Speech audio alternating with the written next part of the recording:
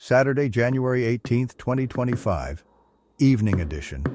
Please pardon any visual and informational inaccuracies in this entirely AI-generated News Digest video.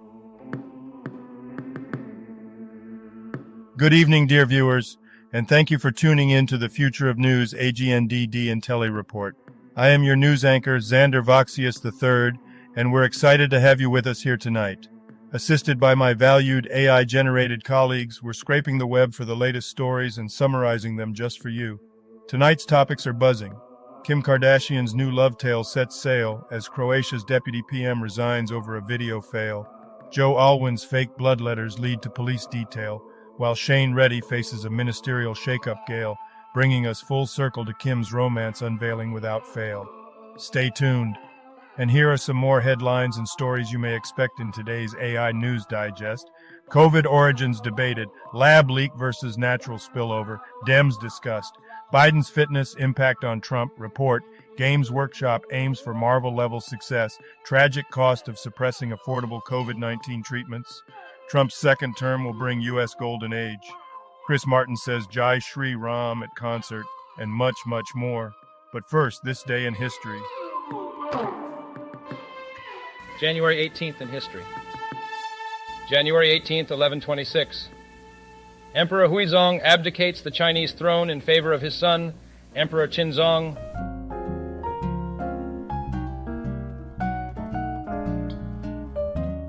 January 18th, 1896. An X-ray generating machine is exhibited for the first time by H.L. Smith.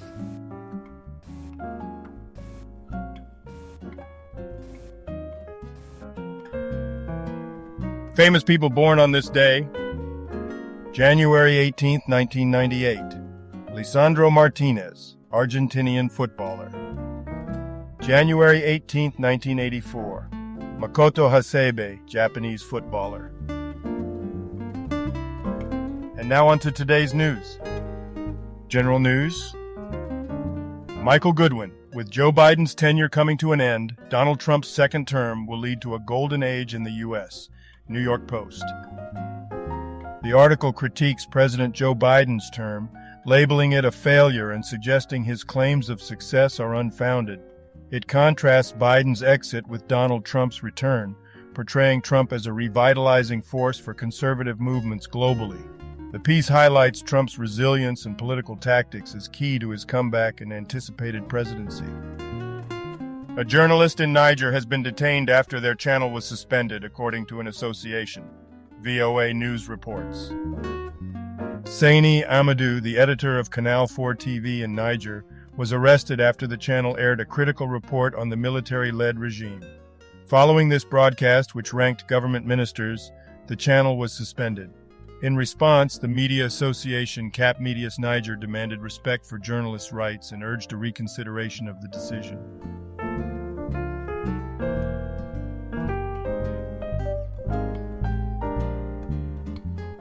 Today's trending Google searches. Lions, Trump coin, Premier League. Getafe, Barcelona, Taylor Swift, Lakers.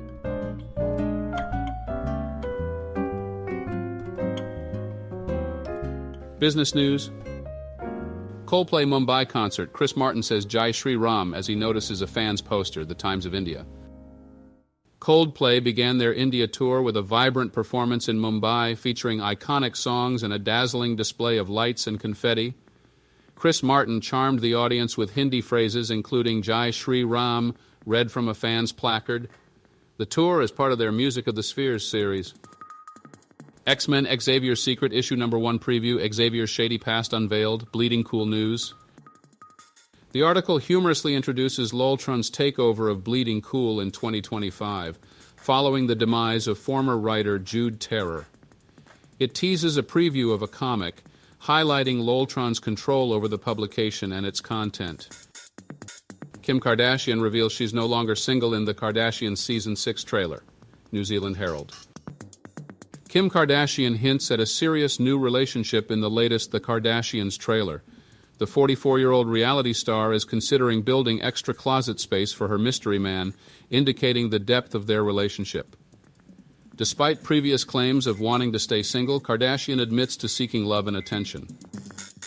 Science news. COVID's origins reviewed, lab leak or natural spillover from Digital Journal. The article discusses the ongoing debate over the origins of COVID-19, weighing the lab leak hypothesis against natural spillover. Proponents of the lab leak theory cite the proximity of Wuhan to coronavirus research, while advocates for natural spillover point to evidence from Wuhan's seafood market. The debate remains unresolved, with differing opinions among U.S. agencies and calls for further investigation.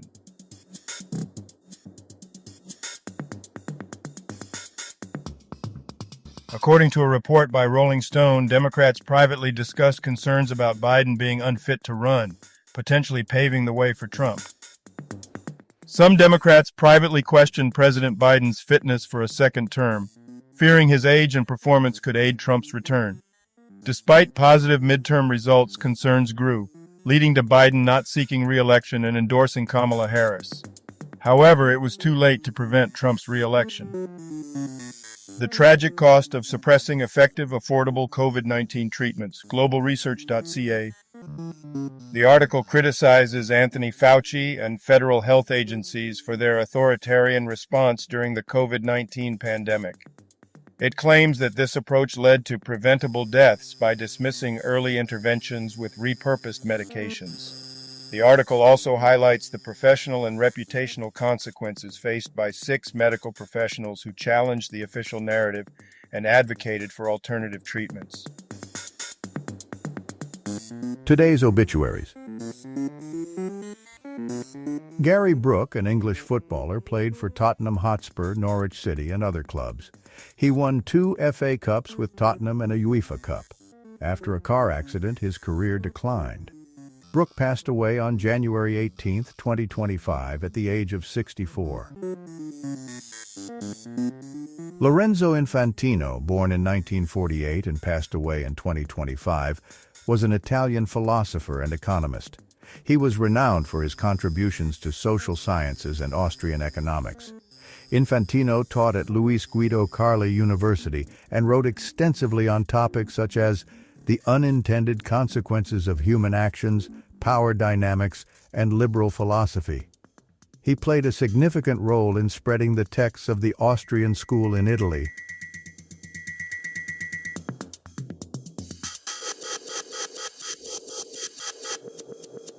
Bruce Kannemeyer, a South African politician and former ANC member of the National Assembly, served from 1999 to 2004. He was convicted in the 2006 Travelgate scandal and later worked in local government. Kannemeyer died from cancer on January 18, 2025. NKEC, an Indian politician and member of the Legislative Assembly from the Tadubi constituency, served as Minister of Tribal and Hill Areas and Fisheries. He was the Manipur State Unit President of the National People's Party. Kaisi passed away at the age of 58 on January 18, 2025, after a prolonged illness. Amy Lau, an influential American interior designer and co-founder of Design Miami, passed away at 58. Based in New York, she founded Amy Lau Design and was celebrated in major publications. Lau held a master's degree in fine and decorative arts and received an honorary doctorate from the New York School of Interior Design. 2 senior Iranian Sharia judges, Ali Razini and Mohammad Moghazeh, were assassinated in Tehran on January 18, 2025. The attacker, who also injured a 3rd judge and a bodyguard, committed suicide. Both judges were involved in high-profile cases. Their deaths were mourned by Supreme Leader Ali Khamenei. Nicolae Oaida, a Romanian footballer and manager, played for Progresul Bucuresti and the national team. He helped Dinamo Bacău and Progresul Bucuresti achieve promotions and won the 1959-1960 Cupa României.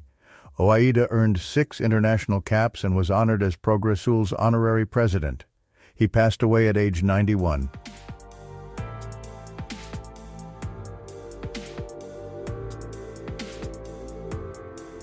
Iranian judges Ali Razini and Mohammad Moghisseh were assassinated in Tehran on January 18, 2025. The attacker targeted 3 Supreme Court judges and then committed suicide. Both judges were involved in high-profile cases, including the 1988 executions and recent protests. Supreme Leader Khamenei praised them as martyrs.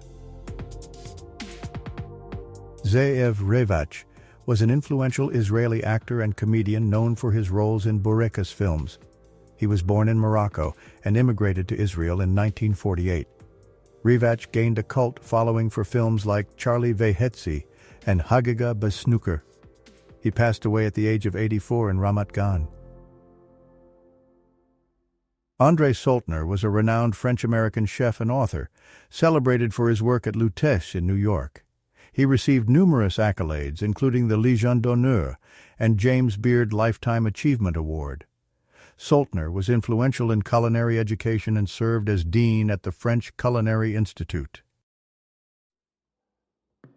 Mirko Valentic, born in 1932 and passed away in 2025, was a Croatian historian and a professor at the University of Zagreb. He specialized in the military frontier and migration. Valentic contributed significantly to historical research on Croatian and Serbian relations and authored several works. He was also involved with the International Criminal Tribunal for the former Yugoslavia. Claire Van Kampen was an influential English composer, director, and playwright. She contributed significantly to theater music, co-founding Phoebus Cart and working at Shakespeare's Globe. She was married to actor Mark Rylance and passed away from cancer in 2025 at the age of 71.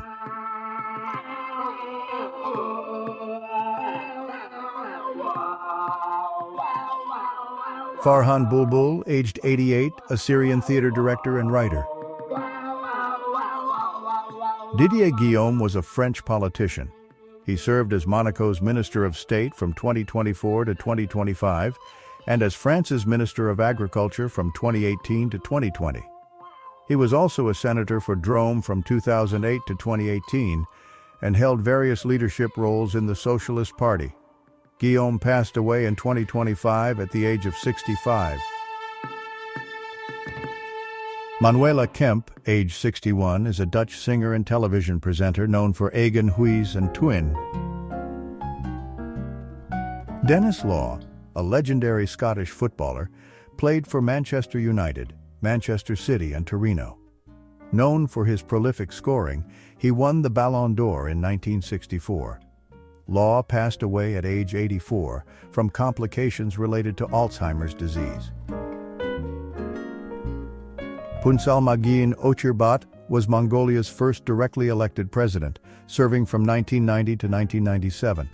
He played a key role in Mongolia's transition from socialism to democracy and capitalism. After politics, he focused on sustainable development and served on Mongolia's constitutional court until his death in 2025 at age 82. K.N. Chandrasekaran Pillai was a prominent Indian legal scholar and former director of the Indian Law Institute. He was renowned for his contributions to legal academia and authored numerous articles and books, particularly on criminal law. Pillai passed away at the age of 81 on January 17, 2025. Martin Pollock, aged 80, is an Austrian journalist and author. Fekri Sadek, aged 79, Egyptian actor.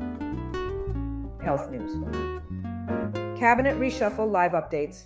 Christopher Luxon will unveil changes. Health Minister Dr. Shane Reddy is expected to lose his portfolio. More details on the New Zealand Herald. Prime Minister Christopher Luxon has reshuffled his cabinet. He appointed Simeon Brown as Minister of Health, replacing Dr. Shane Reddy.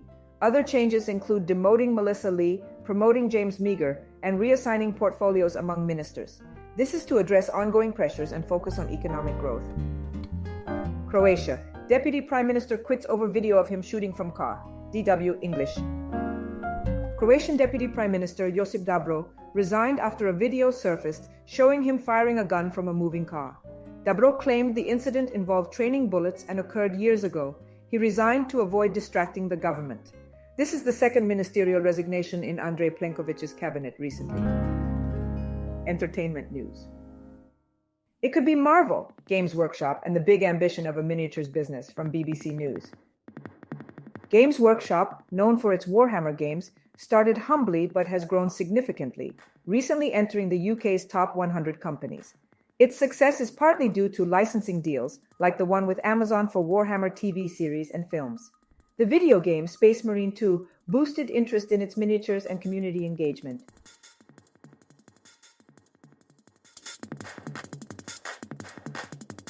Joe Alwyn was yelled at by police after he sent letters covered in fake blood that were considered threatening. LiveJournal.com. Joe Alwyn revealed on The Drew Barrymore Show that as children, he and his brother were scolded by police for sending prank letters with fake blood to their neighbors. This prank led to panic and police involvement. Eventually, the brothers confessed, with Alwyn's older brother taking most of the blame.